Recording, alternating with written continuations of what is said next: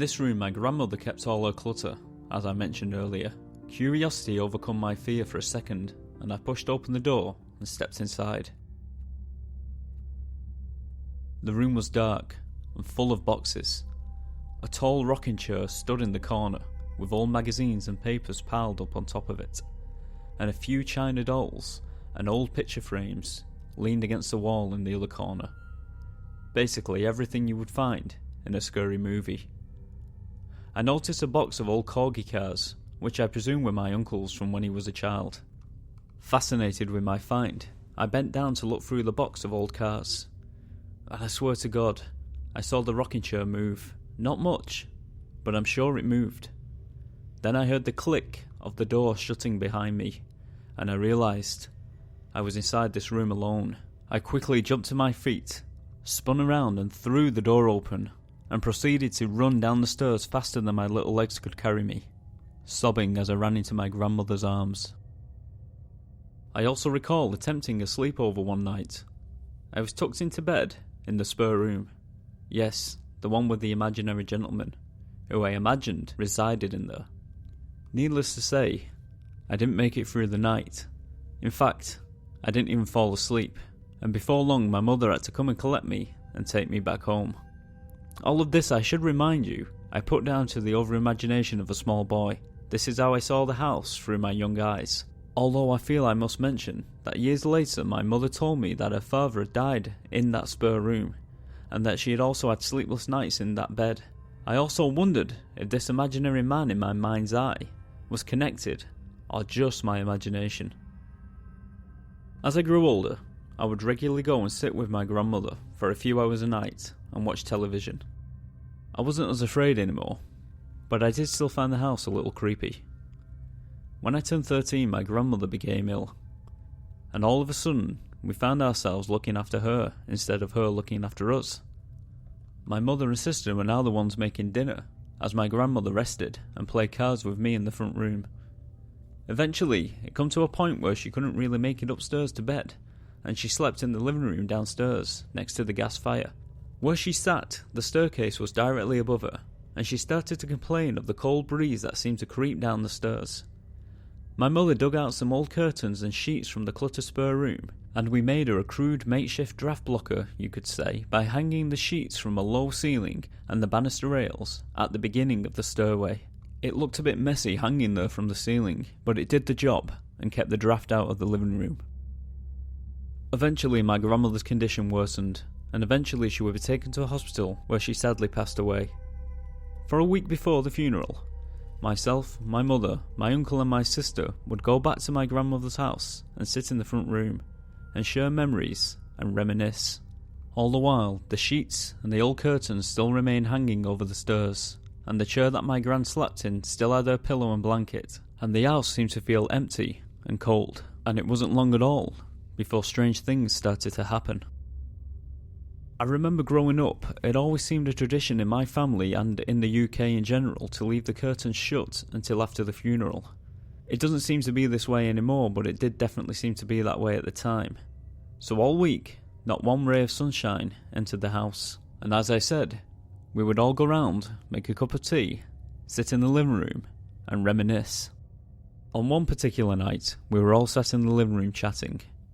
My sister and my mother sat on the couch, and my uncle sat in the chair, and myself sat on the floor with my pen and paper, happily doodling away.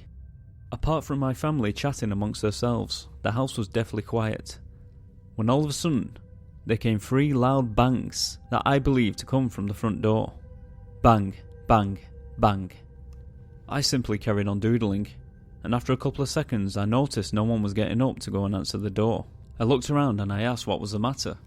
Everyone in the room was white and didn't respond. I asked again, "Are you not getting the door?"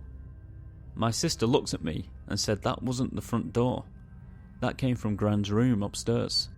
All of a sudden I remembered how you needed to kick the door to open it. 3 kicks. It was always 3 kicks. We all stared at the sheets that hung over the stairway as they rippled and blew with an unseen draft that seemed to manipulate them. Then came the footsteps above our heads on the floorboards in my Gran's room. Then it went quiet as we all sat listening. No one would go upstairs to investigate, not even my uncle, and we all decided to leave the house, and I was desperate not to be the last one out as my mother flicked out the lights. When we stepped out into the dark street, I remember it was raining, and we locked the door and walked away. As we walked down the street, my mother glanced back and let out a gasp. We all turned our heads one by one and glanced back at the house to see the living room light was indeed turned on behind the shut curtains, and probably more confusing was the fact that my grandmother's bedroom light was also switched on, and none of us had been up there since my grandmother's last night in her room, and my mother was 100% sure that she had flicked off the lights to the downstairs living room. In the days to follow before the funeral, and I say days because we didn't return in the dark, nothing really happened, apart from some tapping on the kitchen windows when we were washing our cups. Then, on the day of the funeral, my grandmother returned home. My grandmother's open casket was placed at the bottom of the stairway in the living room, so people could pay their last respects as they walked past into the house. I myself had to walk past that casket. I had no choice, it was the only way into the living room. I glanced at her in that horrible box and walked to the back of the room and didn't leave until the funeral directors took the coffin out. After the funeral, we all returned to the local pub with friends and family. We laughed, cried, and celebrated her life.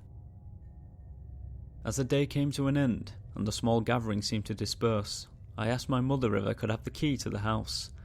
I felt the need to return alone. I'm not sure why.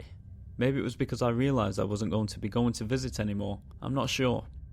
Although she didn't think it was a good idea, I insisted, and she reluctantly gave me the key, and I left the pub. I arrived at my grandmother's house, and turned the key in the lock, and entered. Instantly, I started to open every curtain that had been closed for the past week.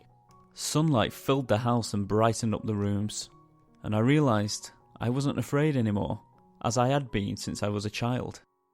I continued to go from room to room, opening the curtains, even the upstairs rooms. The house seemed to have a lighter mood somehow. I walked back towards the stairs, past my grandmother's room, past the spare room where my mother's father had died, and past the cold bathroom, and made my way back down to the living room. I walked through the living room and made my way to the kitchen, and opened the last of the curtains, letting the sunlight fill the room. As I turned, I noticed my grandmother's kitchen table, where she would always lay out all her baking to cool. The table stood there empty, as it would from now on. My glance fell to the floor, and a single tear rolled out of my eye. I stood there for a small moment and dried my eyes, and then I noticed a scent in the air. It was unmistakable to me. It was a smell of warm, homemade apple pie.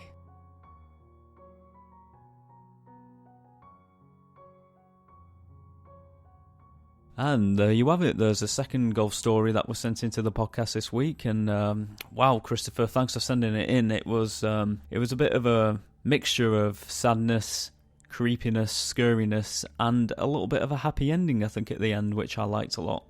And to the listeners, I hope you enjoyed this episode. I hope these stories entertained you and creeped you out as much as they did with me. Just a quick reminder, if you want to send your ghost stories in for the October Halloween episode, you can do so by reaching out on Facebook, as I mentioned earlier. Or, of course, you can send an email, or if you prefer, you could send a voice recording and tell the story yourself, and I'll play it on the podcast. And I think that's all we've got time for today, so, as always, take care and don't have nightmares. I'll see you next time. Bye-bye.